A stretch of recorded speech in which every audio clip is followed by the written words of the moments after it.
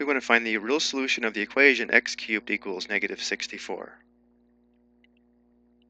So to solve for x, we need to undo the cubing on x, which means one way to solve for x would be to take the cube root of both sides of the equation. So we'd have the cube root of x cubed equals the cube root of negative 64. On the left side, the cube root of x cubed is equal to just one factor of x, again because the cube root undoes the cubing. And on the right side, we need to simplify the cube root of negative 64.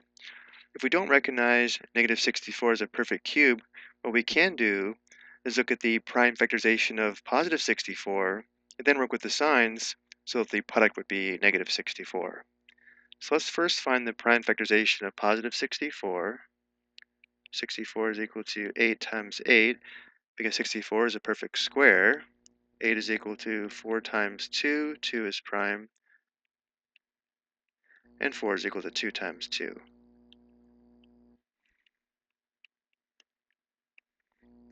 So notice that positive 64 is equal to 6 factors of 2. And because we're looking for perfect cubes, notice how if we pair the 2's, we have 3 groups where each group has 2 factors of 2 in it. And therefore we know that 64 is equal to 4 times 4 times 4, which equals 4 cubed. So positive 64 is a perfect cube. And then from here, because we're trying to find the cube root of negative 64, notice how if we made each of these factors negative, we would have negative 4 times negative 4 times negative 4. And when multiplying, if we have an odd number of negatives, the product is negative, and therefore negative 64 is a perfect cube. It's equal to the cube of negative 4. So we can write the right side as the cube root of the cube of negative 4. And again, the cube root undoes the cubing, and we have our solution x equals negative 4. Let's check our solution in the original equation. Substituting negative 4 for x, we would have the cube of negative 4 equals negative 64, which is true. Verifying our solution is correct. In the answer cell, we only enter negative 4. But let's solve this equation again, not using a radical, but a rational exponent. So beginning with the original equation again, we have x cubed equals negative 64.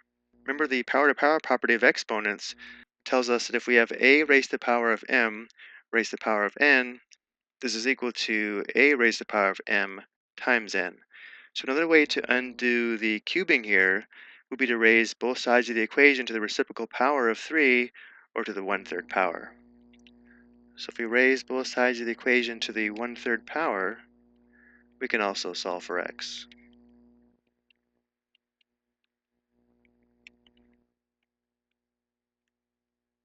Notice on the left side, we have powers to powers, so we multiply the exponents. 3 times 1/3 is 1, and x to the first is just x. On the right side, we have negative 64 raised to the 1/3 power. So if we wanted to, we can now write the irrational exponent as a radical, where the denominator tells us the index, so we have the cube root of negative 64, and the exponent on the negative 64 would be 1, so we can leave that off.